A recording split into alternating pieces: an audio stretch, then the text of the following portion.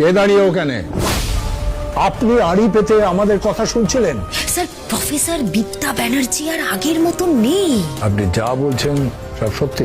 বিদ্যা রান্নাঘরে আসলে রীতের কাকিমা বলে, তোমার ছোঁয়া রান্না কেউ খাবে না। তারপর বলে যে আমার তো মনে হয় না তুমি রান্না করতে জানো, শুধু সাপ ব্যাঙ কাটতে পারো। বিদ্যা বলে, আমার মনে হয় আপনি হয়তো পড়াশোনা করেননি, ওই জন্য জানেন না যে রাধে সে চুলও বাঁধে। পায়েলের হাতে মোচা দিয়ে বিদ্যা বলে, এটা তাড়াতাড়ি ছাড়িয়ে দাও। পায়েল বলে, ইম্পসিবল, আমি মোচা কাটবো? বাড়ির আর দুটো মেয়েকে বাইরে যেতে দেখে বিদ্যা বলে, কোথায় চললে তোমরা? তারা বলে, তোমার পারমিশন নিতে হবে নাকি? বিদ্যা বলে, হ্যাঁ, এটা তো বাড়ি, ধর্মশালা নয়। রীতির কাকিমা তখন বলে, এখন বাড়ির সবাই তোমার কথা মতো চলবে নাকি? রাজদীপ চ্যাটার্জি বলে, শাট আপ বিদ্যা, আমার বাড়ির মেয়েরা কাজের লোক না। বিদ্যা বলে, আপনাকে এর আগেও বলেছি এত চিৎকার করে কথা বলবেন না, মনে হচ্ছে পাড়ায় চোং বাজছে, আপনার বিপি বেড়ে গেলে সমস্যা হতে পারে। রীতের কাকু বলে, মোচা চিংড়ি রান্না হবে, ওই জন্য আমি একদম চিংড়ি মাছ কেটে এনেছি বাজার থেকে।